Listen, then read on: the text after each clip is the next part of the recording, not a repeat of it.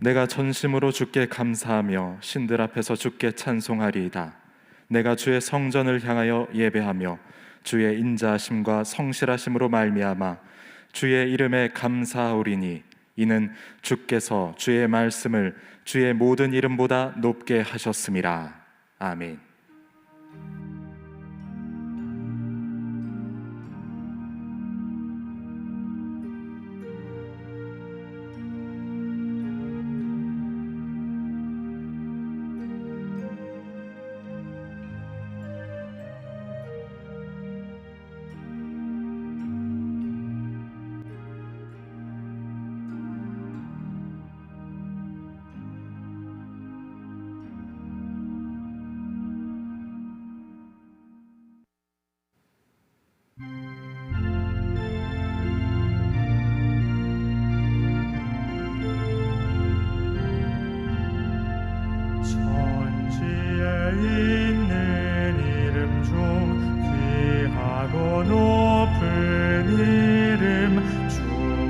하시기 전 지으신 구주의 이름 예수 주 앞에 내가 엎드려 그 이름 찬송함은 내 귀에 들린 말씀 중 귀하신 이름 예수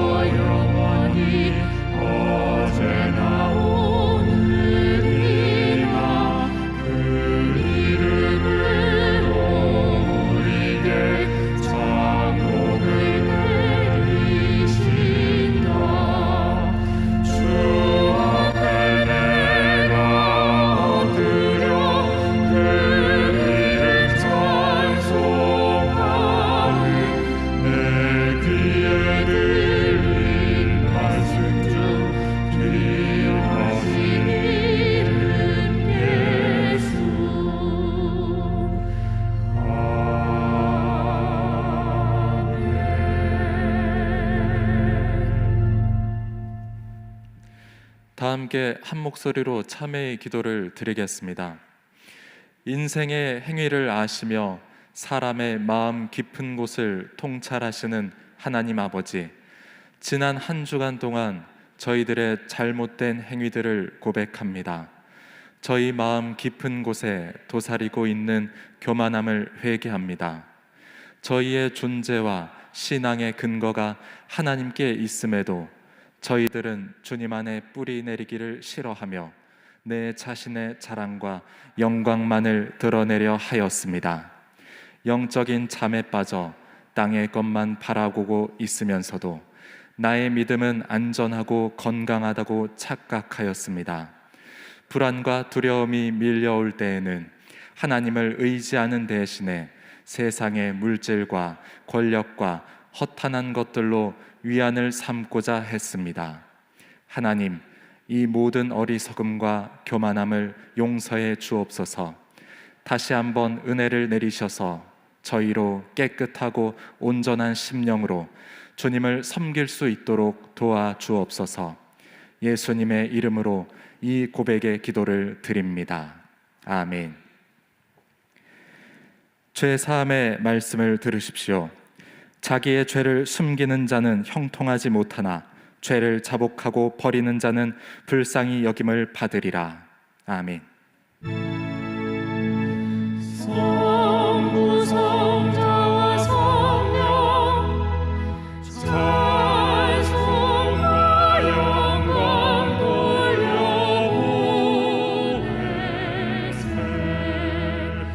태초로 지금까지 또 영원 무궁토록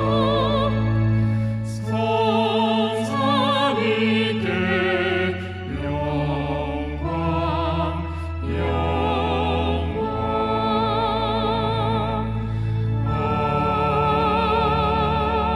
아멘.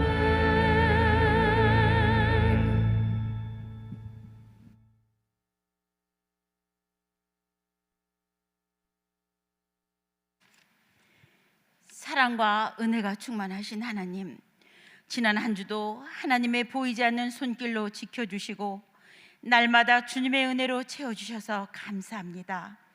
때론 연약하여 넘어질지라도 끝까지 포기하지 않으시는 주님의 은혜와 그 큰 사랑 감사합니다. 이 시간도 주님의 능력을 사모하며 예배드립니다. 이 예배 연락하여 주시옵소서. 코로나로 마음껏 예배할 수 없는 시절을 지내고 있는 이때 이렇게 주의 전에 나와 예배드리는 것이 얼마나 큰 은혜인지 다시 깨닫게 됩니다. 어디를 가나 불안과 염려가 가득하고 잠시 후도 알 수 없는 불확실한 시대에 살고 있지만 한순간도 약속을 놓치지 않으시고 함께 하시는 주님을 바라보며 흔들리지 않는 삶, 주 안에서 용기 있는 삶을 살도록 붙들어 주시옵소서. 청암 성도들 사도행전을 통독했습니다. 사도 바울과 같이 위기와 어둠 앞에서 세상에 굴복하지 않고 말씀 위에 서서 오직 하나님 손에 붙들려 능력의 삶을 살도록 믿음의 반석 위에 세워 주시옵소서. 요즘 이 사회는 모든 것이 정체되고 힘들고 정지된 듯하지만 이 안에서 하나님의 뜻을 알아가게 하시며 사람들과의 거리두기가 오히려 하나님만 바라보고 하나님과 더욱 가까워지는 계기가 되도록 인도하여 주시옵소서. 그리고 속히 이전의 평범한 일상으로 돌아갈 수 있도록 은혜를 더하여 주시옵소서. 주님, 경제적, 육체적으로 힘든 성도들이 있습니다. 저들과 함께 하셔서 주님의 사랑으로 다시 일어설 수 있게 하시고 결코 어려움으로 믿음을 잃거나 낙심치 않도록 인도하여 주시옵소서. 우리의 다음 세대인 교회 학교를 위해 기도합니다. 어지럽고 어려운 시간 속에서 하나님을 더욱 찾는 우리의 자녀들이 되게 하시고 항상 주님을 기억하고 예배하는 모습들이 되게 해 주시옵소서. 수고하시는 담당 목사님과 전도사님, 교사들에게 성령의 능력을 더하여 주셔서 수고와 헌신의 열매들이 가득하도록 함께하여 주시옵소서. 이 시간 말씀 전하시는 목사님께 성령의 충만함과 영적인 권위를 더하여 주시고 또 한 주간을 살아갈 때 우리의 삶을 깨우고 세상을 이기는 말씀이 되게 해 주시옵소서. 이 예배 주님 홀로 영광 받으시길 원하옵고 예수 그리스도 이름으로 기도합니다. 아멘.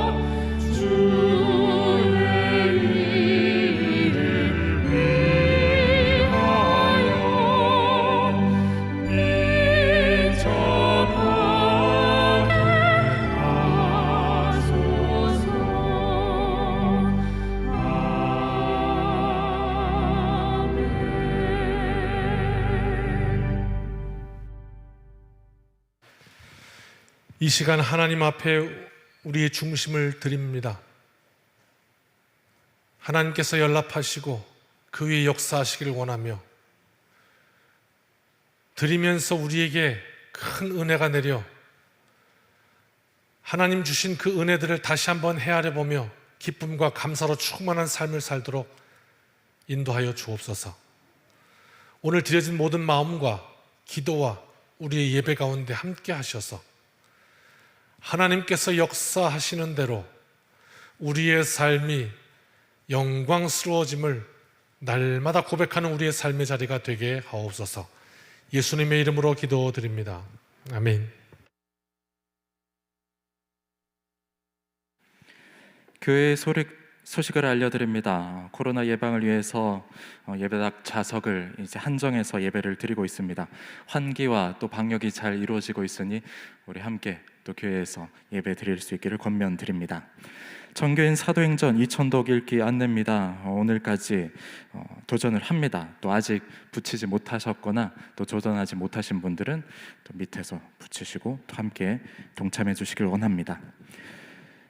네, 민족의 명절인 추석 연휴가 이제 다음 주간에 있습니다. 가정 예배 순서지는 사무실 앞에 준비되어 있습니다. 필요하신 분들은 가져가시길 바랍니다. 교육국 오프라인 예배 안내입니다. 오늘 오후 1시에 어린이부 오프라인 예배가 유치부 예배실에서 있습니다. 그리고 유치부 오프라인 예배도 오늘 다시 이제 시작을 하게 됩니다. 1층 도라울에서 오후 1시에 예배를 드리게 됩니다. 중고등부 예배가 있습니다. 찾아가는 힐링 콘서트라는 제목으로 오늘 오후 6시에 이곳 본당에서 있습니다. 강사를 초청해서 함께 우리 젊은 친구들과 힐링이 되는 은혜의 시간이 되기를 원합니다. 네, 나머지 소식은 담임 목사님께서 해주시겠습니다. 먼저 오늘 우리에게 주신 하나님의 말씀은 사도행전 25장 6절로 12절 말씀입니다. 하나님의 말씀을 경외하는 마음으로 다 함께 말씀을 받겠습니다. 베스도가 그들 가운데서 8일 혹은 10일을 지낸 후 가이사라로 내려가서 이튿날 재판 자리에 앉고 바울을 데려오라 명하니, 그가 나오매 예루살렘에서 내려온 유대인들이 둘러서서 여러 가지 중대한 사건으로 고발하되 능히 증거를 대지 못한지라. 바울이 변명하여 이르되 유대인의 율법이나 성전이나 가이사에게나 내가 도무지 죄를 범하지 아니하였노라 하니, 베스도가 유대인의 마음을 얻고자 하여 바울더러 묻되 내가 예루살렘에 올라가서 이 사건에 대하여 내 앞에서 신문을 받으려느냐. 바울이 이르되 내가 가이사의 재판자리 앞에 섰으니 마땅히 거기서 신문을 받을 것이라. 당신도 잘 아시는 바와 같이 내가 유대인들에게 불의를 행한 일이 없나이다. 만일 내가 불의를 행하여 무슨 죽을 죄를 지었으면 죽기를 사양하지 아니할 것이나, 만일 이 사람들이 나를 고발하는 것이 다 사실이 아니면 아무도 나를 그들에게 내줄 수 없나이다. 내가 가이사에게 상소하노라 한데 베스도가 배석자들과 상의하고 이르되 내가 가이사에게 상소하였으니 가이사에게 갈 것이라 하니라. 아멘.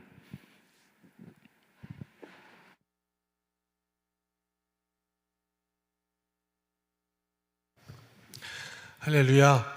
우리 앞뒤분 인사합시다. 주님의 날입니다. 축복합니다. 또 우리 각 가정에서 영상으로 드리는 우리 모든 분 축복합니다.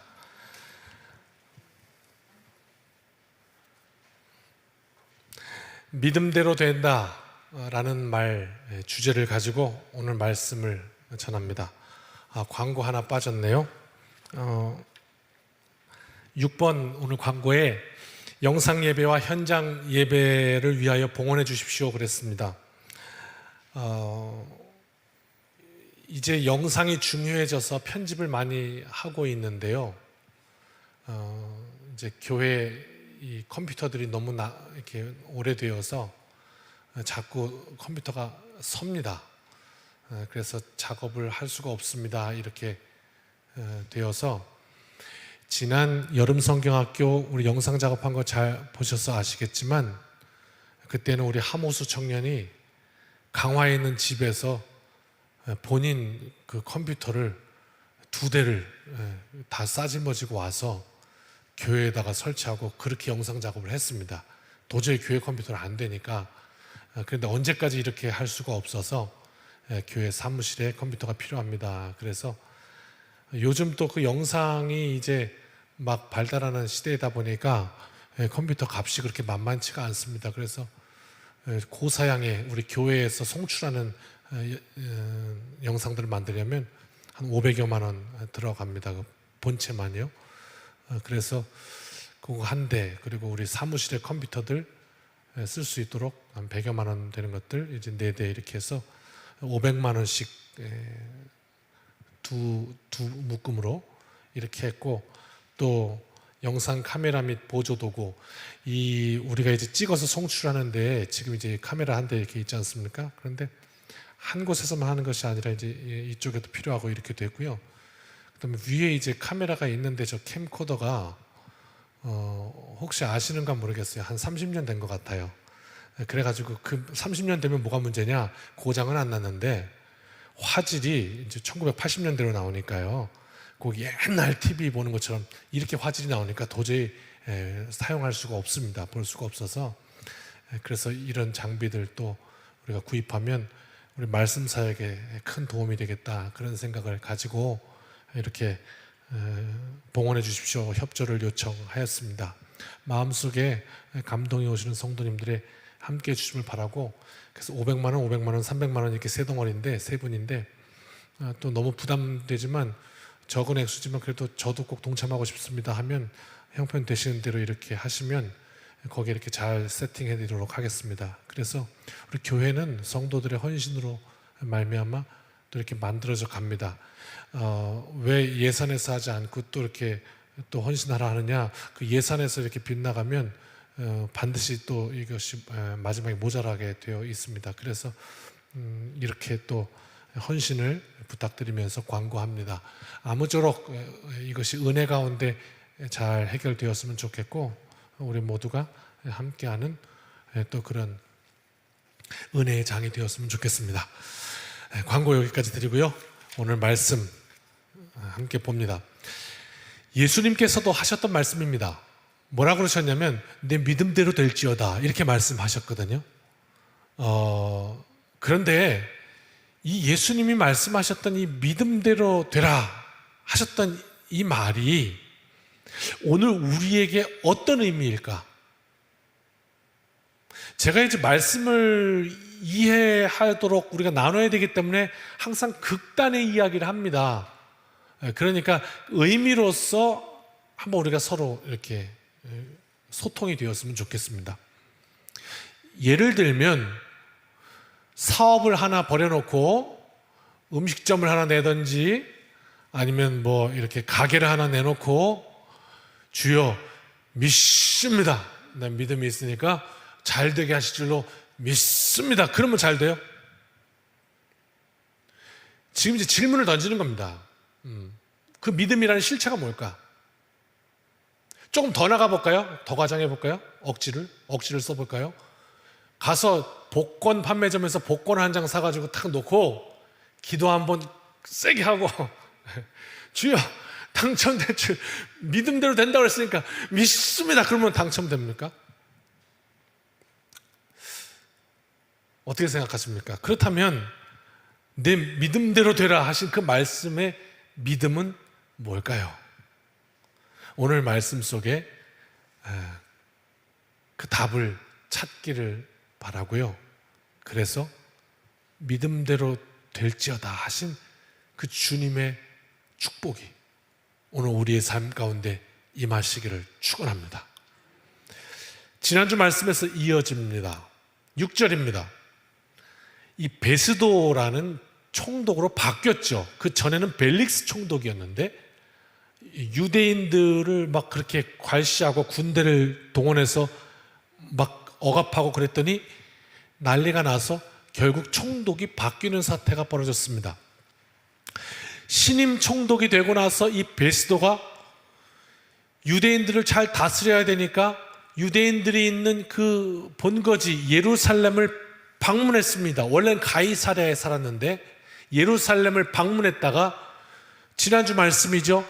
예루살렘에 있는 막 종교 지도자들 유대인들 다 나와서 바울을 죽이려고 하는 음모, 바울이 지금 가이사랴에 잡혀 있는데 예루살렘에서 좀 여기서 지금 소동이 일어난 거니까 여기서 재판을 좀 하시죠. 이렇게 해놓고 바울이 호송하면 중간에서 매복해 있다 죽이려고 그랬던 장면을 지난주에 봤습니다.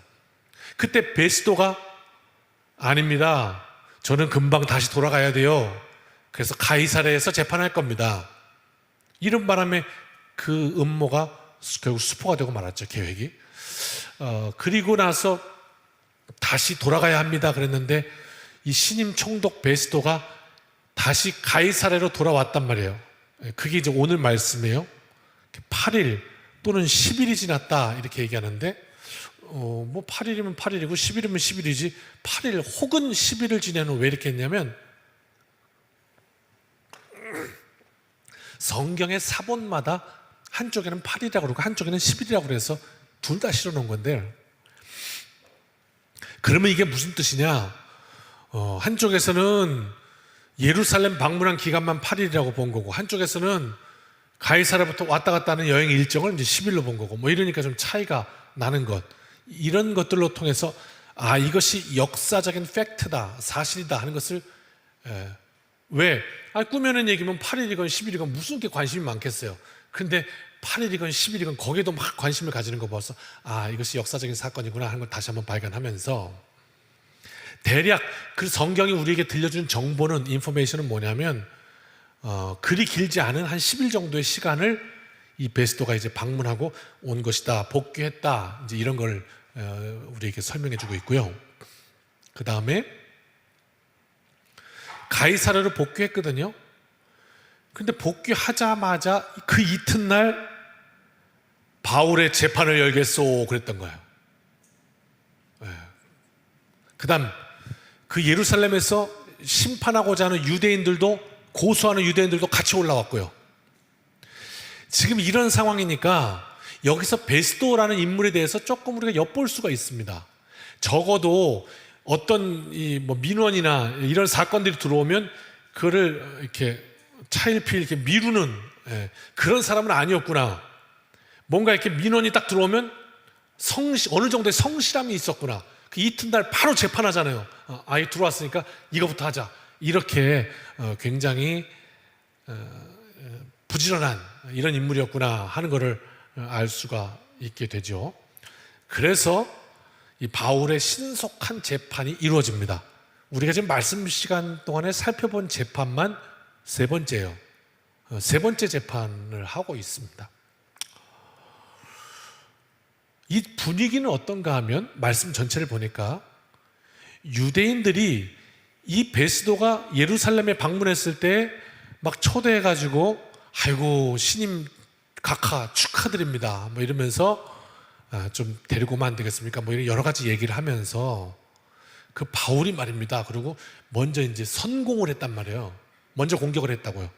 그 죽일 놈입니다. 그 놈이에요. 그 나쁜 놈이에요. 이러면서 막 그 이 신임 총독 베스도를 자기들 딴에는 구워 삶았다고 생각했죠. 그러고 나서 따라오기까지 했잖아요. 가이사랴까지. 그러니까 이 유대인들의 기대는 뭐냐면 틀림없이 저 총독이 재판에서 바울은 유죄 이렇게 땅땅땅 실형을 선고할 것이다. 이제 그걸 기대했을 거예요. 틀림없이. 우리 뜻대로 될 거다. 바울을 죽일 수 있을 거다. 이런 생각을 지금 가지고 온 거죠. 7절 볼까요? 그래서 바울이 탁 나오니까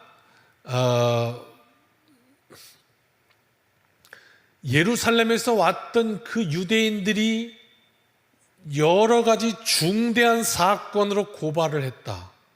이렇게 말하고 있습니다.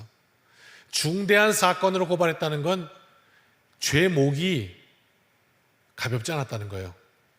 그 첫 번째는 뭐냐면 선동죄예요. 오늘 우리나라로 표현한다면 국가내란죄 뭐 이런 거에 해당될 거예요.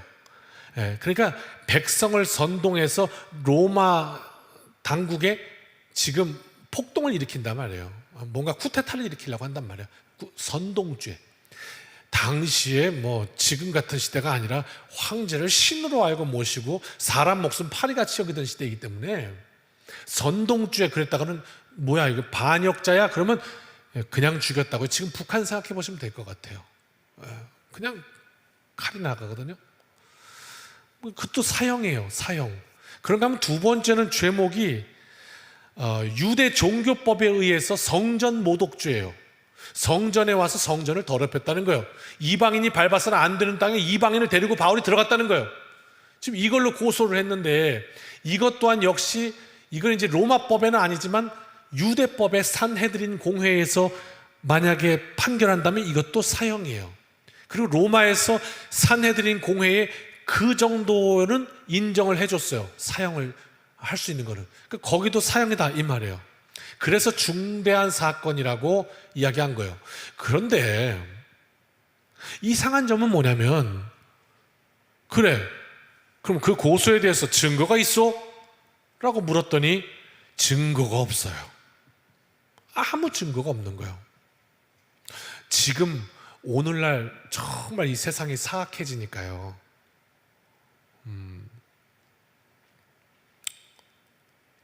서울 고등법원 판사님을 안다고 제가 그랬잖아요.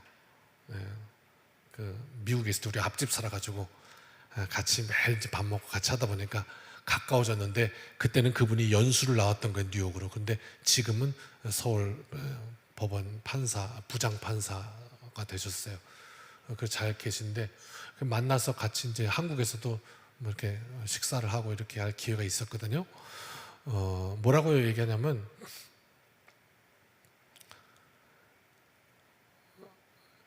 그런 거 있잖아요. 판결하면서 심증은 있는데 물증이 없다 이런 말 쓰잖아요. 아무리 봐도 이 사람이 범인인데 증거가 없는 거라 너무 안타깝다는 거예요. 그런데 너무 안타깝지만 유죄를 선고할 수가 없대요. 이유인즉슨 그렇게 심증으로 판단했다가 억울하게 죽어간 사람이 너무 많다는 거예요. 나중에 반전이 일어난다는 거예요. 정말 아니래요. 그래서요, 그 법정에 딱 서보면 이쪽 말 들어보면 이쪽이 맞는 것 같고요, 이쪽 말 들어보면 이쪽이 맞는 것 같고, 세상에 범인은 아무도 없는 것 같아요. 둘 다 피해자 같다는 거예요. 아무리 파렴치한 범인이라도 그렇대요. 다 그 범죄를 한 거에는 이유가 있대요. 죽이지 않고는 어쩔 수 없었습니다. 뭐 이런, 그렇게 된다는 거예요. 그래서 결론은 뭐냐면 증거를 가지고 판단할 수밖에 없습니다. 심증으로는 안 됩니다. 정말 괴롭지만 그렇게밖에 할 수가 없습니다. 그것이 최선입니다. 이렇게 얘기하는 걸 들었거든요. 증거가 중요하죠. 그런데 이런 생각할 수 있어요. 아니 뭐 그 당시에 CCTV가 있는 것도 아니고 뭐가 이렇게 걸리는 것도 아니고, 내가 뭐 그냥 거짓말 한번 했다가 뭐 CCTV에 발각될 것도 아니고, 그러니까 그냥 거짓말로 막 했다고 막 이렇게 바울을 뒤집어 씌울 수 있을 것 같은데 왜 안 했을까? 그 당시에도 그렇게 밝혀낼 수 있는 방법이 있는 거예요. 그리고 잘못하면, 예를 들면 내가 그 사람 거기서 봤습니다. 그런데 저쪽에서 누군가 혹시 그거 아닙니다 이랬다가는 죽는 거거든요. 그러니까 함부로 위증을 할 수도 없는 상황이에요. 게다가 성전 모독죄라고 지금 그랬잖아요. 이미 재판이 지금 3번째 재판이에요. 그러니까 첫 번째 재판 때도 죄 몫을 댔을 거고, 변호를 했을 거고, 증거를 했을 거고, 두 번째 재판도 그렇고, 세 번째까지 왔는데 그 동안에 무슨 일이 있었어요? 바울이 말입니다, 성전에 이방인을 데리고 들어가서 성전을 더럽히는 걸 내가 봤단 말입니다 이랬단 말이에요. 누가 고소를 했단 말이에요.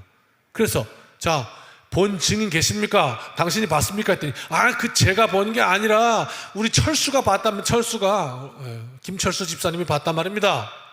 그러면 김철수 집사님 뭐라고 그러셔?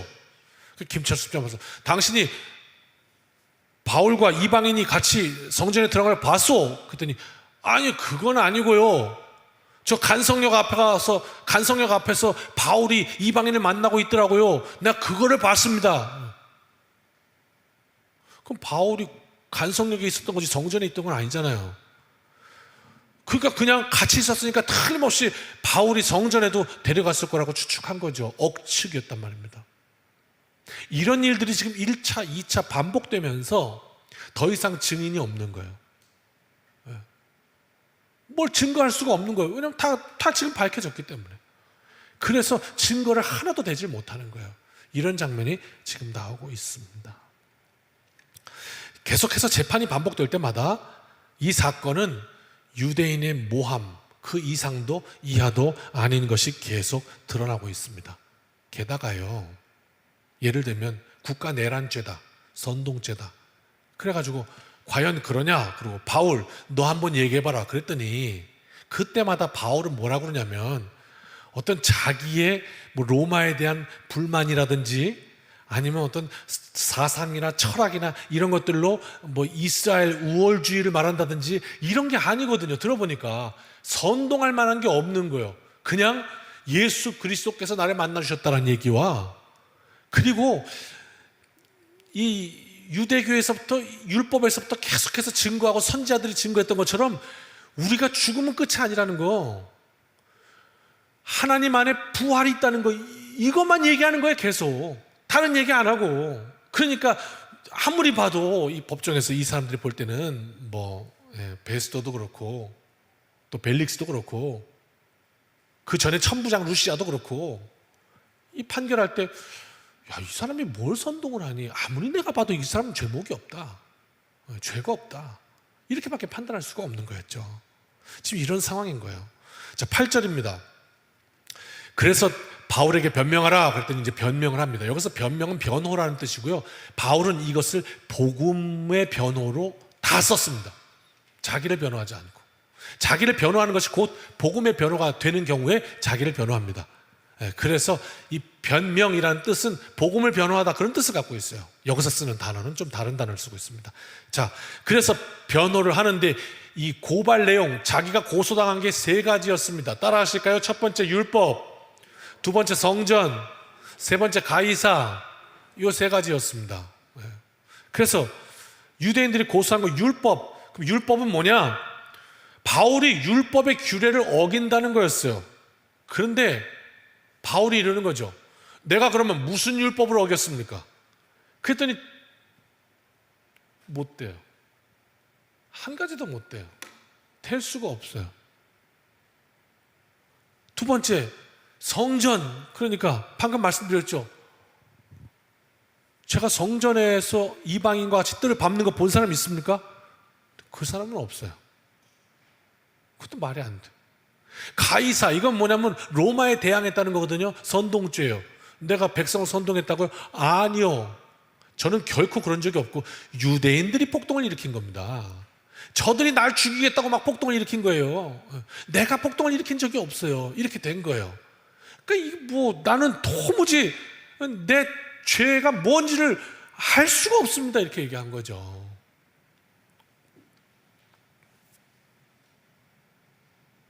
명료하게 변호하고 있습니다. 그랬더니 9절에 이런 말이 나와요. 이거 조금 이해를 해야 될 것 같은데 같이 읽어볼까요? 시작.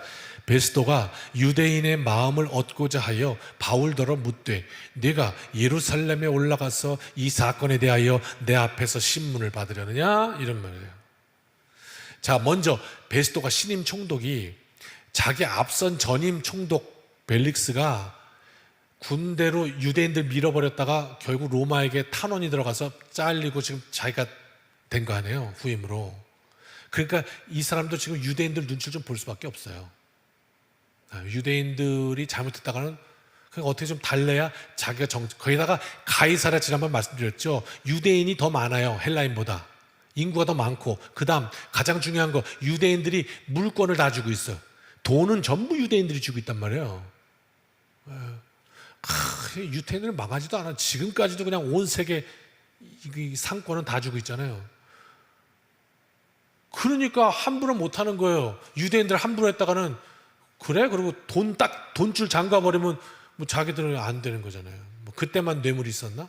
뭐 지금만 뇌물이 있나? 뭐 그런 거죠. 뭐 그냥. 자, 그래가지고 어떻게 해요? 베스도가 이 사건을 그냥 무리 없이 잘 마무리하고 싶었어요. 그래서 유대인들 눈치를 보는 거야. 어떻게 유대인들을 좀 요 가려운 데 긁어줄까? 어떻게 하면 좀 시원하게 해줄까? 그래갖고 뭐라고 그랬냐면 이렇게 얘기한 거야.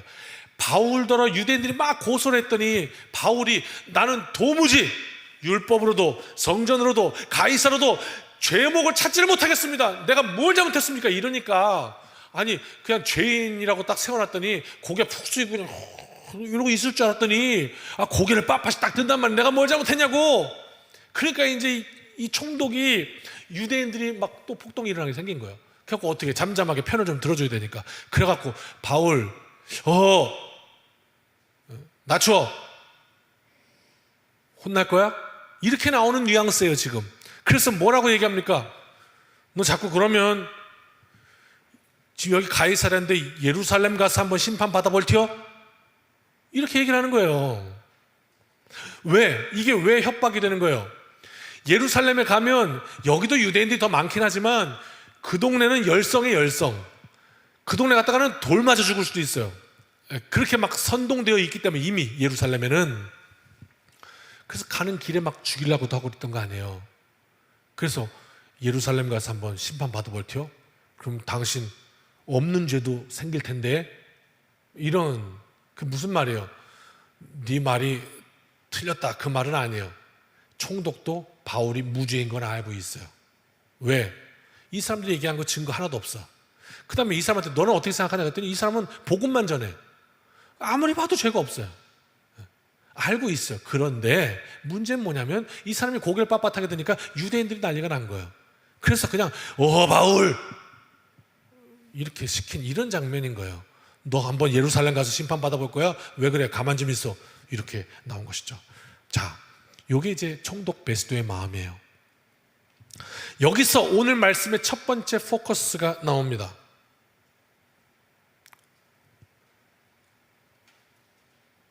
이런 인생이 있단 말이에요.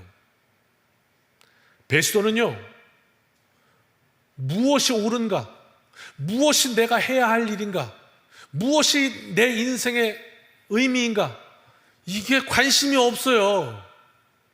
그냥 베스도의 관심은 뭐냐면요, 어떻게 해야 내가 좀 더 편안하냐? 어떻게 해야 내가 조금 더 이득을 볼 거냐? 어떻게 하면 내가 좀 더 꽁돈이 생길 거냐? 그래가지고요, 이런 인생은 어떻게 살아가냐면 어떻게 하면 내 이득이 좀 더 생길 거냐?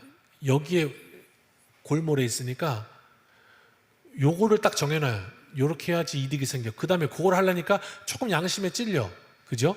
그러면 양심에 안 찔리게 명분을 만듭니다. 자, 어떤 명분이 있어서, 명분이란 건 좋은 말입니다. 좋은 말. 마땅히 해야 할 바를 아는 거니까.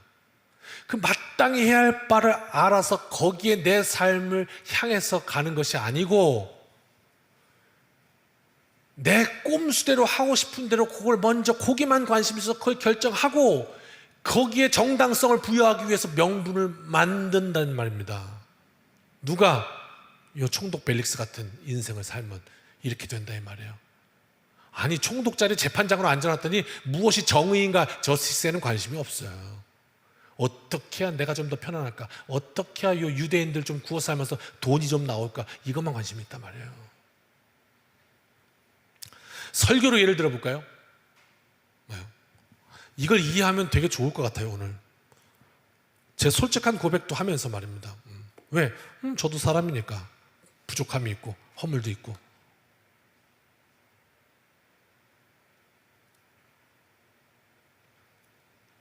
이렇게 한번 보십시오. 자, 말씀을 전하려고 막 이렇게 어느 말씀을 이렇게 묵상하다가 가난한 자는 복이 있나니 이 말씀이 왔단 말이에요. 눈이 다 시선이 고정돼서 이 말씀을 오늘 좀 전해야 되겠다.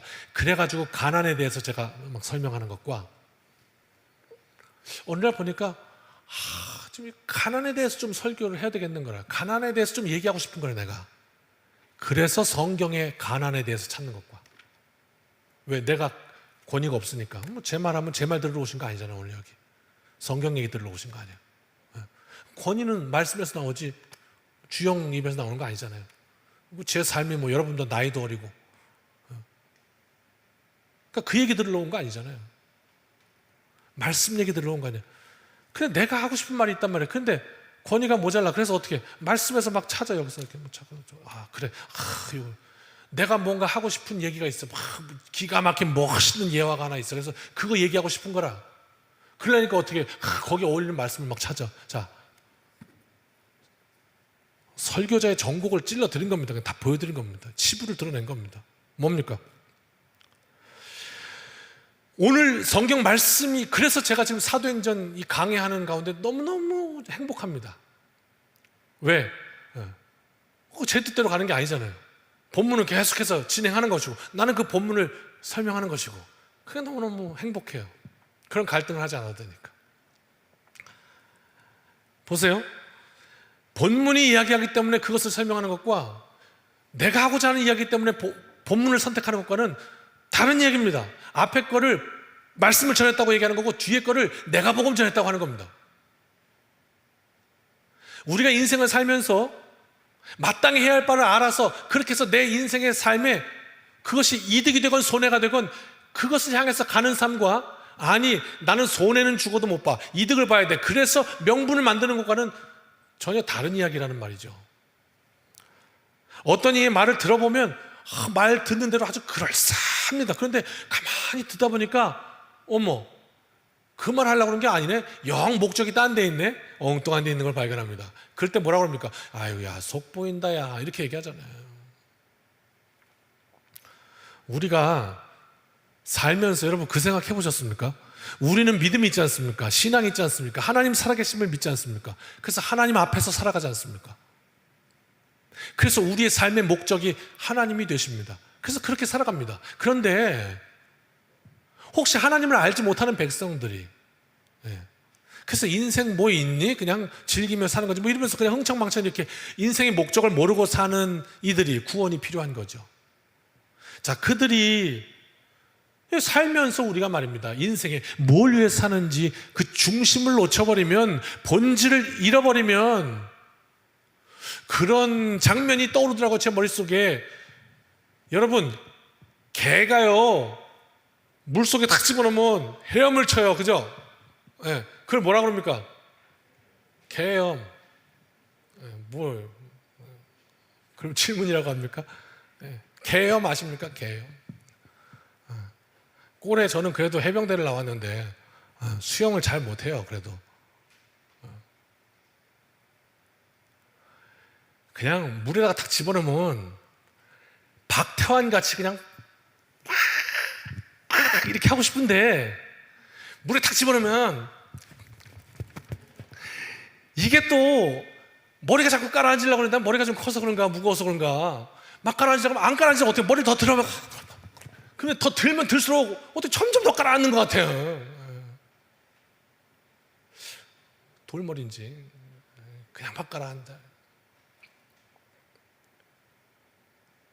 그게 떠오르더라고요. 인생에도 박태환 같이 수영하는 사람이 있는가 하면 평생 개 헤엄치는 사람도 있구나, 그런 생각이 들더라고요. 이 총독 베스도가 세상의 모든 권세를 다 줬는데도 의에는 관심이 없고 인생의 목적에는 관심이 없고 그냥 자기 그거 어떻게 지키려고 그냥 그 자리 어떻게 지키려고 그냥 그리고 살려고 발버둥 치면서 사는 요 인생의 모양을 보니까, 그러면 그게 개헤엄이지 뭡니까? 아니 살기는 박태환같이 멋있게 목적을 향해서, 목표를 향해서 쫙쫙 물살을 가르며 파도가 달려와도 뭐가 달려와도 그냥 쫙쫙 가고 싶은데,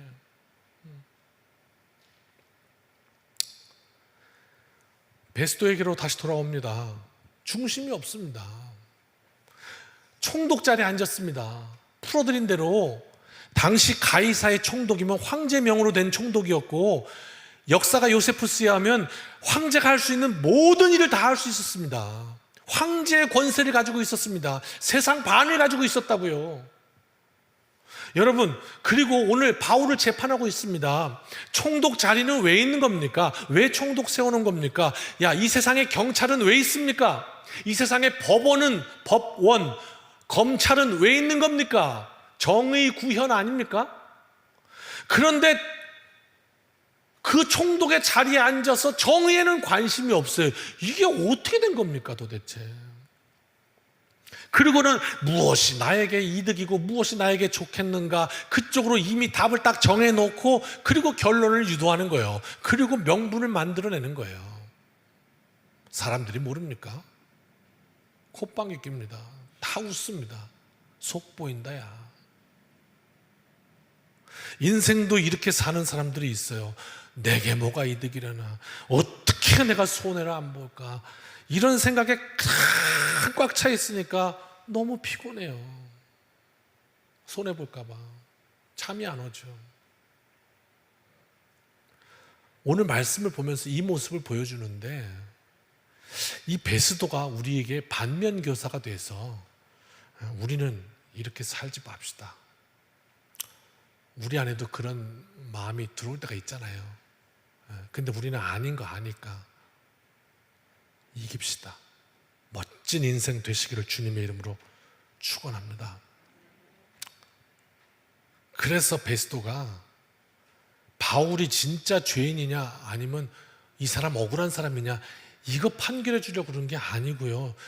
어떻게 해야지 유대인들의 마음을 좀 얻을까, 이거밖에 없는 거예요. 그래서 어떻게 해요? 죄도 없는 바울한테 자기도 알면서 너 예루살렘 가서 심판받을 거야? 이러고 나온단 말입니다. 어떻게 하면 내가 좋은 평판을 들을 수 있을까? 여기에 관심이 있었거든요. 그런데 여러분, 오늘을 사는 우리는 무엇이 최선인지 잘 알지 못합니다. 이 나라의 미래가 어떻게 가는 건지도 그것도 우리는 확실하게 알 수는 없습니다. 그러나 훗날 지나고 나면 역사가 오늘을 평가하지 않습니까? 마찬가지로 지난 과거를 역사가 볼 수 있게 만들어줍니다. 그렇다면 우리가 거기에 입각해서 본다면 베스도가 어떻게 하면 좋은 평판 들을 수 있었겠습니까? 지금 그거 하고 싶어서 지금 이렇게 막 눈치 보면서 이렇게 바울 혼내고 막 이러는 건데, 어떻게 하면 베스도가 좋은 평판 들을 수 있었겠습니까? 너무 간단한 거 아닙니까? 정직하게, 의롭게, 마땅히 해야 할 바를 하면서 그렇게 인생이 살면 내 사는 내 때에 평가되지 않을지라도 후대의 역사가 나를 평가하실 것이고, 그렇게 되는 거 아닙니까? 이렇게 되니까 이 개에 훔치는 거예요, 인생이. 이 베스도가 말이에요. 왜? 보세요. 칼팡질팡해요. 헤매돈다고 개에 훔치는 거 밤새 그냥 뺑뺑 도는 거예요. 왜? 보세요. 지난주 말씀이 뭐였어요? 베스도는 지난주에 예루살렘에 있었어요. 그때 예루살렘의 지도자들이 와서 뭐라고 그랬어요? 바울을 이쪽으로 데려가서 여기서 재판하자고. 맞습니까?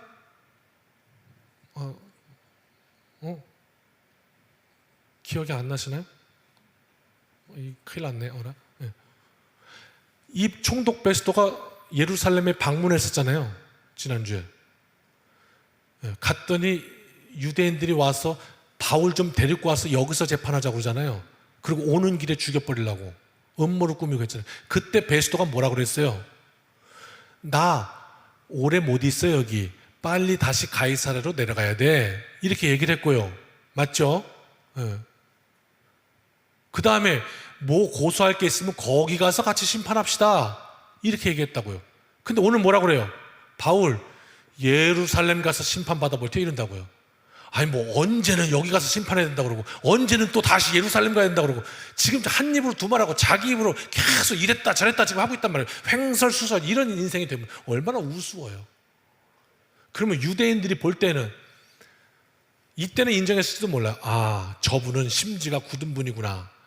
그래서 공과 사는 분명하구나. 재판은 가이사랴 가서 해야 되는 거구나. 이랬다가 여기서 예루살렘 가서 심판해 볼 테요. 이 말 듣는 순간, 야, 저 사람은 횡설수설이구나. 이렇게 돼버린단 말이에요. 우습게 되는 거예요. 초점이 없는 인생을 살게 되는 거죠. 제정신이 아닌 거. 하나님 주신 목적을 향해 가는 인생이 아니라 맨날 제자리 빙글빙글 돌고 있습니다. 자, 이제 바울을 봅시다. 끝났습니다. 이제 바울 본문 끝납니다. 10절부터 12절까지 한꺼번에 읽습니다. 같이 차근차근 읽어봅시다. 바울은 그럼 어떻게 살았는가? 박태환이죠 뭐. 어떻게 한번 보자고요. 시작. 바울이 이르되 내가 가이사의 재판 자리 앞에 섰으니 마땅히 거기서 신문을 받을 것이라. 당신도 잘 아시는 바와 같이 내가 유대인들에게 불의를 행한 일이 없나이다. 11절. 만일 내가 불의를 행하여 무슨 죽을 죄를 지었으면 죽기를 사양하지 아니할 것이나 만일 이 사람들이 나를 고발하는 것이 다 사실이 아니면 아무도 나를 그들에게 내줄 수 없나이다. 내가 가이사께 상소하노라 한데 12절. 베스도가 배석자들과 상의하고 이르되 내가 가이사에게 상소하였으니 가이사에게 갈 것이라 하니라. 아멘. 이랬어요. 10절. 나는 가이사의 재판자리 앞에 있습니다. 이 말을 하고 있습니다. 이 말이 무슨 뜻이냐면요, 이런 거예요. 바울도 그렇게 고개 뻣뻣이 들면 예루살렘 가서 재판할게요 이렇게 협박을 했더니 바울이 뭐라고 그러냐면, 이보시오 베스도, 당신은 가이사 대신에 지금 그 자리에 앉아 있는 거 아니오? 라고 얘기를 하는 거예요. 황제를 대신하여 재판장 자리에 앉아 있으니 재판 똑바로 하시오, 그 말이에요. 조금도 굽힘이 없어요. 그러면서 그 베스도의 정곡을 찌릅니다. 뭐라고요? 따라하십시다. 당신도 잘 아시는 바와 같이. 이게 정곡이었습니다. 여보시오, 내가 무죄인 거 알잖아, 그 말이에요. 알잖아. 왜 자꾸 모른 척해? 나는 불의를 행한 적이 없어. 이 베스도가 얼마나 찔렸을까? 그런 이야기예요. 결국 이렇게 돼서 베스도가 꼼짝을 못합니다. 그래서 어떻게 해요? 그 다음 주에 보니까 그러면서 이제 이 이야기를 합니다. 내가 죽을 죄를 지었다면 목숨을 더 이상 구걸하지 않겠습니다. 이러고 나옵니다. 이게 뭐냐면요, 당시에 있던 이 시대의 관용어구예요. 그러니까 재판장에서 너무너무 억울할 때, 마지막으로 할 때 그 재판받는 사람이 쓰던 마지막 배수진의 말이었어요. 내가 목숨을 구걸하지 않겠다는 이 말. 무슨 얘기냐? 내 죄목이 하나라도 나온다면 나를 죽이십시오, 이런 말이었어요. 왜 이 말이 마지막 배수진이었냐면, 만약 이 말을 뱉었다가 죄목이 하나라도 누구에 의해서 나 그때 그거 봤어 이러고 하나라도 나오면 더 이상 목숨을 살려달라고 할 수가 없는 거예요. 끝이에요. 그냥 죽는 거예요. 그래서 이 말은 마지막 극단 상황에서 하는 말이었던 거예요. 관용어구. 그래서 마지막 이 카드를 바울은 서슴없이 쓴 거예요. 내가 죄가 있다면 목숨을 구걸하지 않겠습니다, 이러고 탁 나온 거죠. 그래서 12절 다음 절 보니까 베스도가 꼼짝 못해요. 그리고 배석자들과 상의해서 어떡하냐 하다가 내가 못하겠다, 가이사에게로 보내자, 로마로 보냅시다. 이렇게 해서 바울이 로마로 가게 됐던 거예요. 그래서 복음이 로마로 가게 됐던 거예요.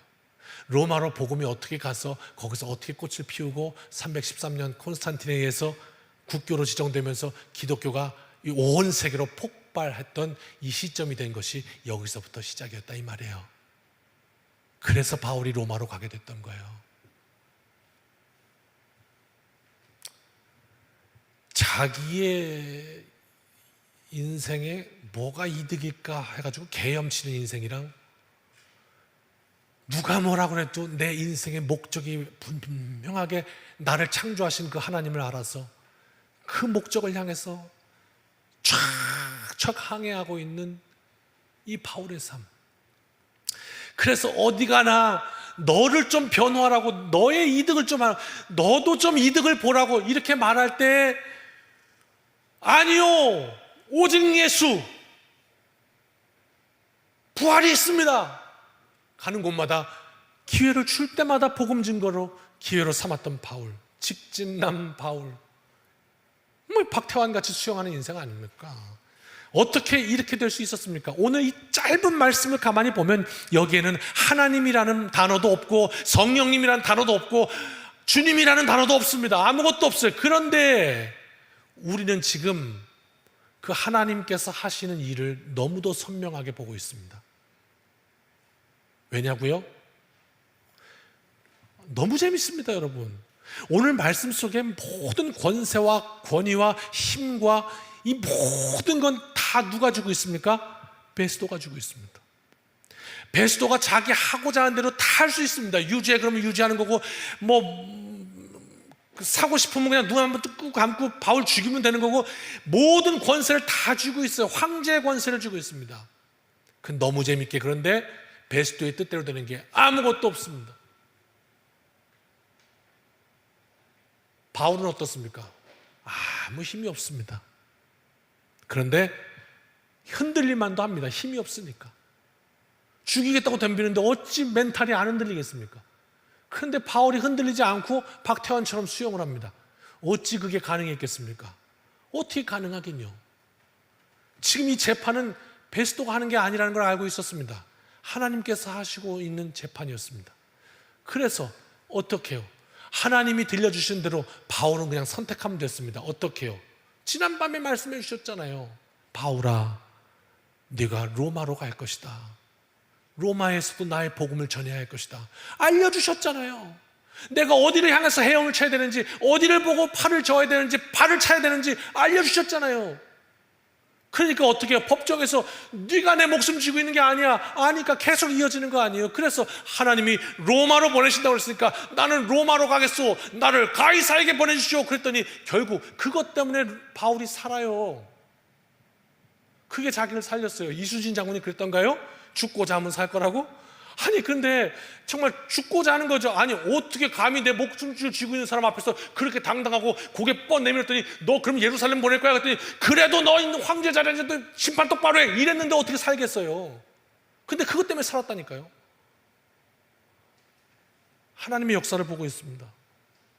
너무 재밌습니다. 역사의 주인공은 황제 네로가 아니었습니다.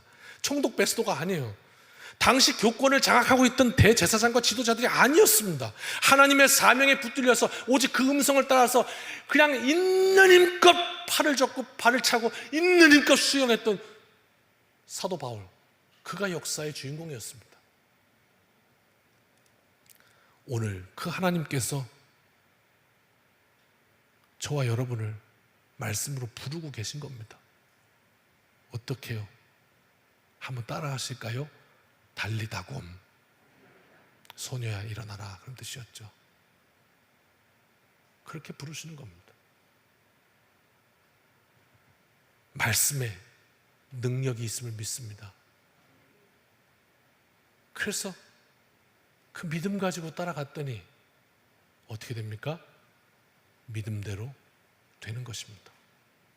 이것이 내 믿음대로 되라 했던 우리 주님의 말씀입니다. 이 한 주간 살아계신 하나님의 말씀이 저와 여러분의 삶을 이끄셔서 놀라운 하나님의 섭리가 펼쳐지는 기적의 한 주간이 되시기를 주님의 이름으로 축원합니다. 우리 함께 결단 찬송합시다. 편안하게 찬양하시고요. 그리고 마지막 5절까지 있어요. 오늘 5절 찬양할 때는 함께 일어나서 찬양했으면 좋겠습니다. 우리 각자가 나의 삶으로 고백합시다.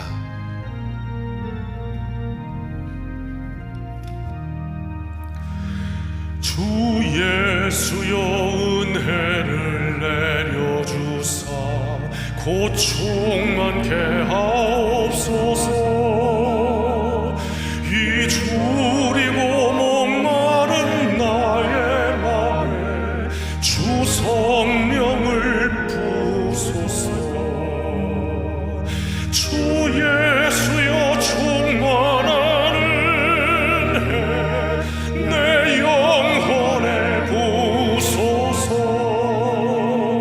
주 예수만 나의 힘 되고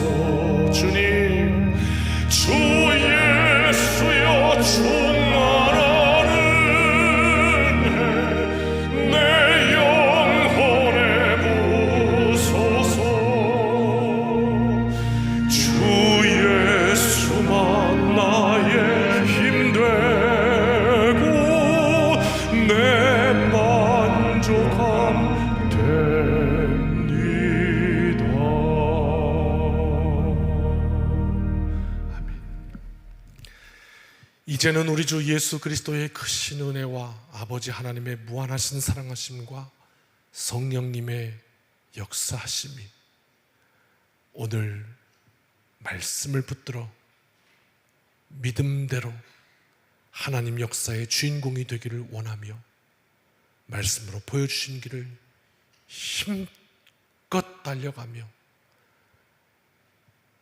오늘과 하나님의 은혜로 충만한 이 한 주간의 삶이 되기를 소원하며 결단하며 이 문을 나서는 여기 모인 주님의 백성들 머리머리 위에 또 우리 각 가정에서 온라인으로 예배하고 있는 모든 가정들 위에 이제로부터 영원까지 함께하여 주시기를 축원하옵나이다. 아멘.